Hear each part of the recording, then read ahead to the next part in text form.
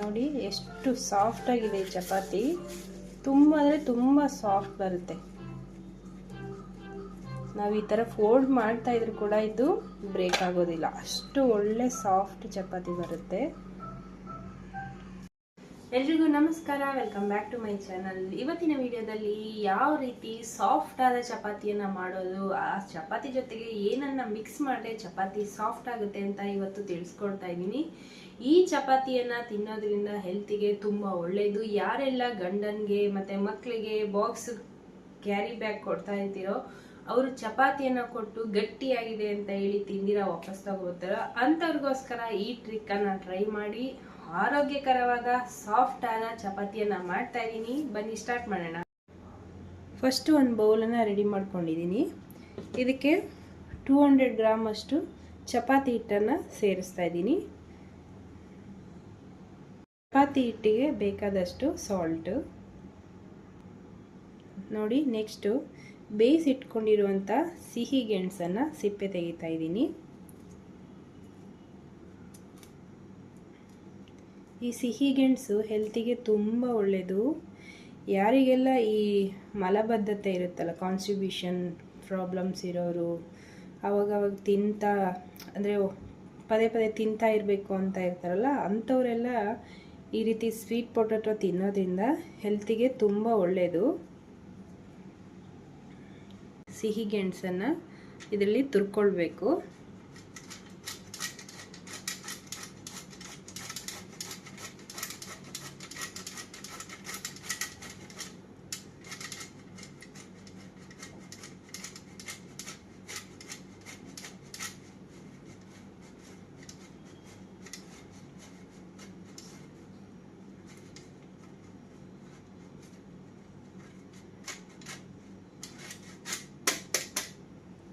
ನೋಡಿ, ಈ ರೀತಿ ಉದ್ರಿಯಾಗಿರಬೇಕು, ಮುದ್ದೆ ಮುದ್ದೆ ಆಗಬಾರ್ದು. ಸಿಪ್ಪೆ ತೆಗೆದ್ಬಿಟ್ಟು ಹಾಗೆ ಕೈಯಲ್ಲಿ ಕೂಡ ಮಿಕ್ಸ್ ಮಾಡ್ಕೊಳ್ಬೋದು ಅಂತ ಯೋಚನೆ ಮಾಡ್ಬೋದು, ಬಟ್ ಅದು ಚಪಾತಿಗೆ ಚೆನ್ನಾಗಿ ಹೊಂದ್ಕೊಳ್ಳೋದಿಲ್ಲ. ಈ ರೀತಿ ತುರ್ಕೊಂಡಾಗ ಚೆನ್ನಾಗಿ ಹೊಂದ್ಕೊಳ್ಳುತ್ತೆ. ಇವಾಗ ಇದನ್ನು ಗಂಟು ಬರ್ದಿರ ಚೆನ್ನಾಗಿ ಮಿಕ್ಸ್ ಮಾಡ್ಕೊಳ್ಬೇಕು. ನೀರಂತೂ ಸೇರಿಸ್ಬಾರ್ದು, ಫಸ್ಟು ಮಿಕ್ಸ್ ಮಾಡಿ ನೋಡ್ಕೊಳ್ಬೇಕು. ಯಾವ ಕನ್ಸಿಸ್ಟೆನ್ಸಿ ಬರುತ್ತೆ ಅದ್ರ ಮೇಲೆ ನೀರನ್ನು ಸೇರಿಸ್ಕೊಳ್ಬೇಕು. ಸ್ವಲ್ಪ ಉದ್ರಿ ಥರ ಇದೆ ಇನ್ನು. ಇದಕ್ಕೆ ಒಂದು ಸ್ವಲ್ಪ ನೀರನ್ನು ಮಿಕ್ಸ್ ಮಾಡ್ಕೊಳ್ಳೋಣ. ಸ್ವಲ್ಪ ಸ್ವಲ್ಪ ನೀರನ್ನು ಹಾಕ್ಕೊಂಡು ಮಿಕ್ಸ್ ಮಾಡ್ಕೊಳ್ಬೇಕು. ತುಂಬ ತೆಳ್ಳಗಾಗಬಾರ್ದು, ಈ ಹಿಟ್ಟು ಗಟ್ಟಿಯಾಗಿರಬೇಕು, ಆವಾಗಲೇ ಚಪಾತಿ ಚೆನ್ನಾಗಿ ಬರೋದು.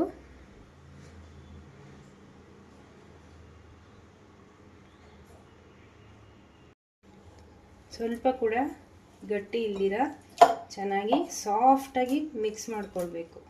ಒಂದು 5 ನಿಮಿಷ ಈ ರೀತಿ ಮಿಕ್ಸ್ ಮಾಡ್ತಾಯಿದ್ರೆ ಚೆನ್ನಾಗಿ ಸಾಫ್ಟ್ ಆಗುತ್ತೆ.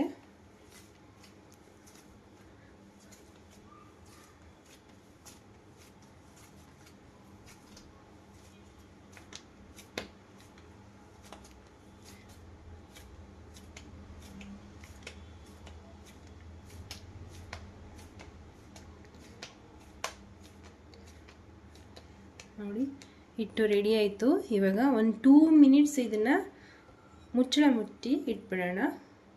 2 ಮಿನಿಟ್ಸ್ ಆಗಿದೆ. ಮತ್ತೊಂದು ಸಲ ಚೆನ್ನಾಗಿ ಮಿಕ್ಸ್ ಮಾಡ್ಕೊಳ್ಬೇಕು.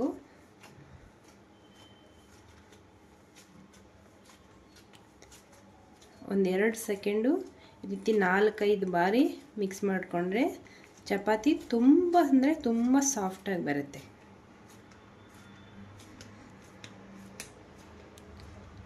ಯಾವ ಸೈಜಲ್ಲಿ ಬೇಕು ಆ ಸೈಜಿನ ಬಾಲನ್ನು ರೆಡಿ ಮಾಡ್ಕೊಳ್ಬೋದು.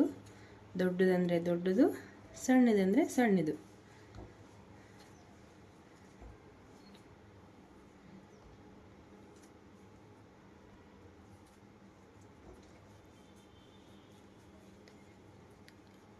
ಈ ರೀತಿ ಚೆನ್ನಾಗಿ ರೋಲ್ ಮಾಡ್ಕೊಳ್ಬೇಕು ಕೈಯಲ್ಲಿ. ಆವಾಗ ಯಾವುದೇ ಚಪಾತಿ ಇರಲಿ ತುಂಬ ಸಾಫ್ಟ್ ಬರುತ್ತೆ. ನೋಡಿ, ನೆಕ್ಸ್ಟ್ ಇದನ್ನು ಚಪಾತಿ ರೀತಿ ಒತ್ಕೊಳ್ಳೋಣ. ನಾವು ಚಪಾತಿಯನ್ನು ಲಟ್ಸುವಾಗ ಕೂಡ ಅಷ್ಟೇ, ತುಂಬ ಗಟ್ಟಿಯಾಗಿ ಪ್ರೆಸ್ ಮಾಡಬಾರ್ದು, ಮೆತ್ತಗೆ ಚಪಾತಿಯನ್ನು ಲಟ್ಟಿಸ್ಕೊಳ್ಬೇಕು.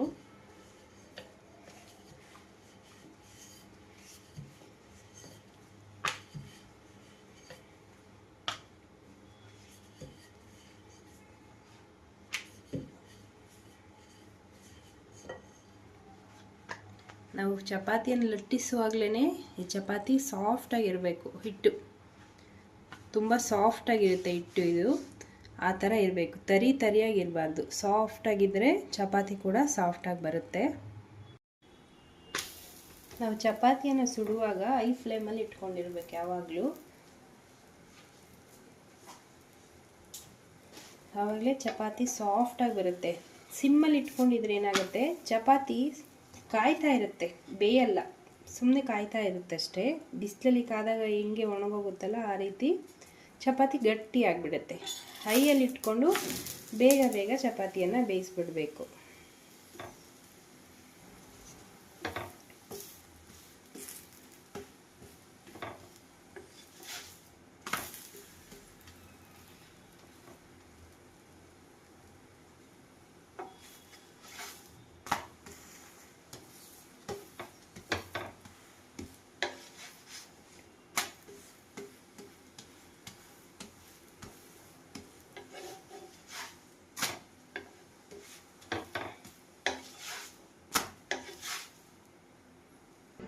ಇಷ್ಟೊತ್ತು ನೋಡಿದ್ರಲ್ಲ, ತುಂಬ ಅಂದರೆ ತುಂಬ ಸಾಫ್ಟಾಗಿರುತ್ತೆ ಈ ಚಪಾತಿ.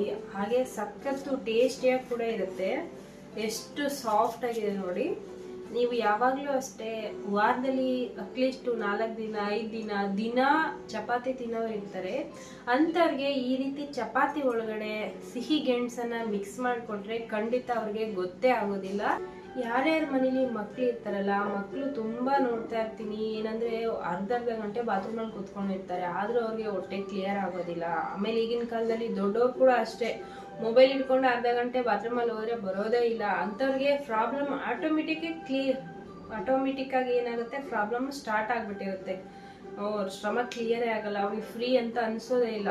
ಅಂಥವರು ಕಾನ್ಸ್ಟಿಬ್ಯೂಷನ್ ಸಮಸ್ಯೆನ ಕಡಿಮೆ ಮಾಡ್ಕೊಳ್ಳೋಕ್ಕೆ ಈ ರೀತಿ ಸ್ವೀಟ್ ಪೊಟೊಟೊವನ್ನು 1 ಬೈ ಡೇ ತಿಂತಾ ಇದ್ರೆ ಸ್ಟಮಕ್ ಆರಾಮಾಗಿ ಕ್ಲಿಯರ್ ಆಗುತ್ತೆ. ಮತ್ತು ಮಕ್ಕಳಿಗೆ ಯಾವಾಗಲೂ ಲಂಚ್ ಬಾಕ್ಸ್ಗೆ ಜಾಸ್ತಿ ಎಲ್ಲರೂ ಚಪಾತಿ ಹಾಕ್ತಾರೆ, ಅಥವಾ ಹಸ್ಬೆಂಡ್ ಆಫೀಸ್ಗೆ ಚಪಾತಿ ಹಾಕ್ತಾರೆ, ಇಲ್ಲ ಅವ್ರಿಗೆ ಮಾಡ್ಕೊಂಡು ಚಪಾತಿ ತಿನ್ನಕ್ಕೆ ತೊಗೊಂಡು ಹೋಗ್ತಾರೆ. ಅಂಥವ್ರು ಅವ್ರಿಗೆ ಗೊತ್ತೇ ಆಗಲ್ಲ. ಈ ರೀತಿ ಚಪಾತಿಯಲ್ಲಿ ಮಾಡಿ ಕೊಟ್ಬಿಟ್ರೆ ಅವ್ರು ತಿಂದಂಗೂ ಆಗುತ್ತೆ, ಅವ್ರ ಹೊಟ್ಟೆನೂ ಕ್ಲಿಯರ್ ಆಗುತ್ತೆ, ಹೆಲ್ತಿ ಕೂಡ ಇರುತ್ತೆ. ಇದನ್ನು ತಿನ್ನೋದ್ರಿಂದ ನಮ್ಗೆ ವೆಯ್ಟ್ ಲಾಸ್ ಕೂಡ ಆಗುತ್ತೆ. ಪದೇ ಅದು ಇದು ತಿಂತಾನೆ ಇರಲ್ಲ, ಯಾಕಂದರೆ ಇದು ತಿಂದರೆ ಹೊಟ್ಟೆ ಸ್ಟಫಿಂಗ್ ಇರುತ್ತೆ ತುಂಬ ಹೊತ್ತು. ನೀವು ಕೂಡ ಟ್ರೈ ಮಾಡಿ.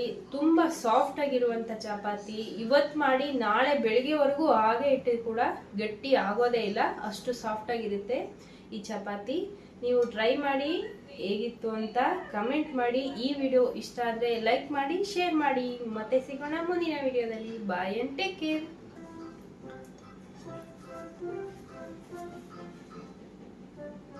ತುಂಬ ಸಾಫ್ಟ್ ಆಗಿದೆ, ಸುಮ್ಮನೆ ಹಿಂಗೆ ಮುಟ್ಟಿದ್ರೆ ಕಿತ್ತೋಗುತ್ತೆ.